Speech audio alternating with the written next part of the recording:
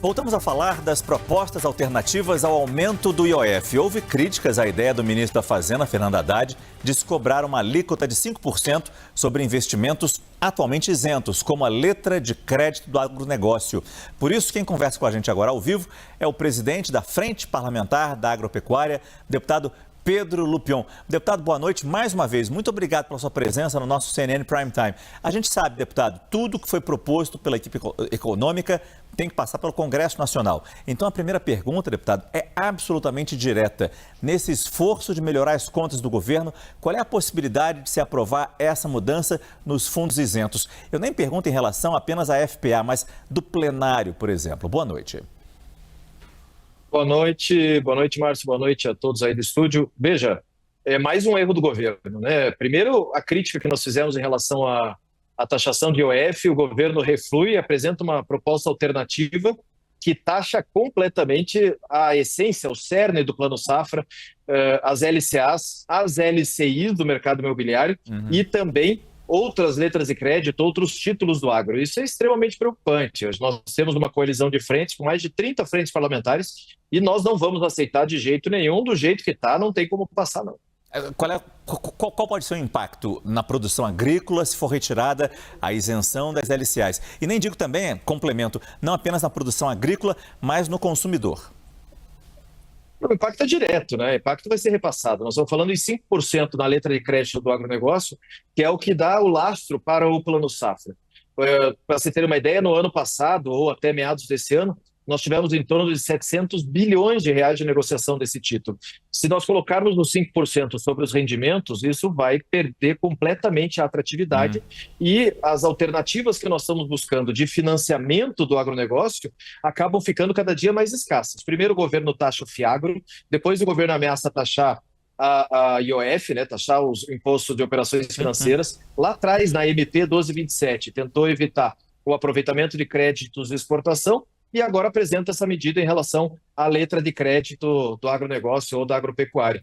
Para nós é um golpe mortal, é extremamente forte, prejudica muito a competitividade do agro brasileiro e é óbvio que isso acaba sendo repassado para o consumidor final. Nós estamos falando no momento em que a gente precisa baratear os custos para baratear os alimentos, nós estamos falando em feira mais cara para o brasileiro. Nós temos já semanas de negociação e negociação direta junto com os presidentes das casas, deputado Hugo Mota, senador Davi Alcolumbre. Pergunto como o senhor vê o papel dos presidentes dessas casas nessa negociação com o Ministério da Fazenda.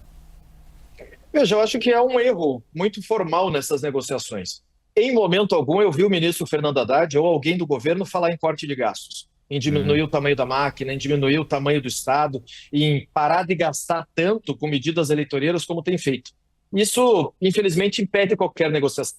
Quando nós temos que ficar cobrando cada vez mais do brasileiro, isso demonstra a inépcia e a ineficiência do governo em relação a administrar as contas públicas. Falei hoje mais cedo, bem cedo, aliás, com o presidente Hugo Mota, falei que por parte da FPA e da coalizão de frentes parlamentares não há compromisso algum em relação à aprovação dessa medida provisória ou apoiamento de uma medida como essa, e nós deixamos muito claro, e o presidente transpareceu isso, de que não há o compromisso dessa aprovação. Isso tem que ser julgado pelo Congresso, precisa ser analisado pelo Congresso, e é o que nós vamos fazer. O grande problema é que uma medida provisória passa a vigir a partir do momento que ela é publicada. Então o governo aproveita, do jeito que fez com o IOF agora, que fez o decreto, está valendo enquanto a gente não derruba o decreto ou eles retiram, e a medida provisória é a mesma coisa.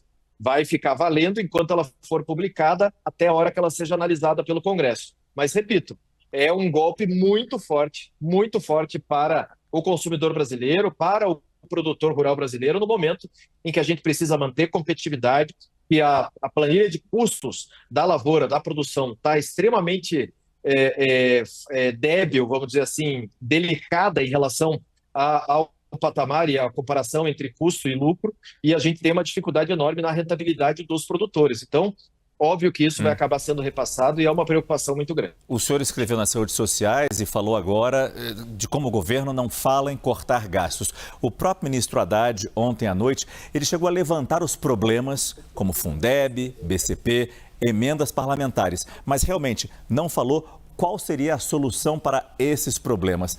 Pergunta ao senhor, onde poderia ser esse corte de despesas do governo? Veja, eu vejo o governo agindo politicamente, única e exclusivamente politicamente, tentando recuperar a popularidade do presidente da República, que está extremamente baixa, pensando na eleição do ano que vem.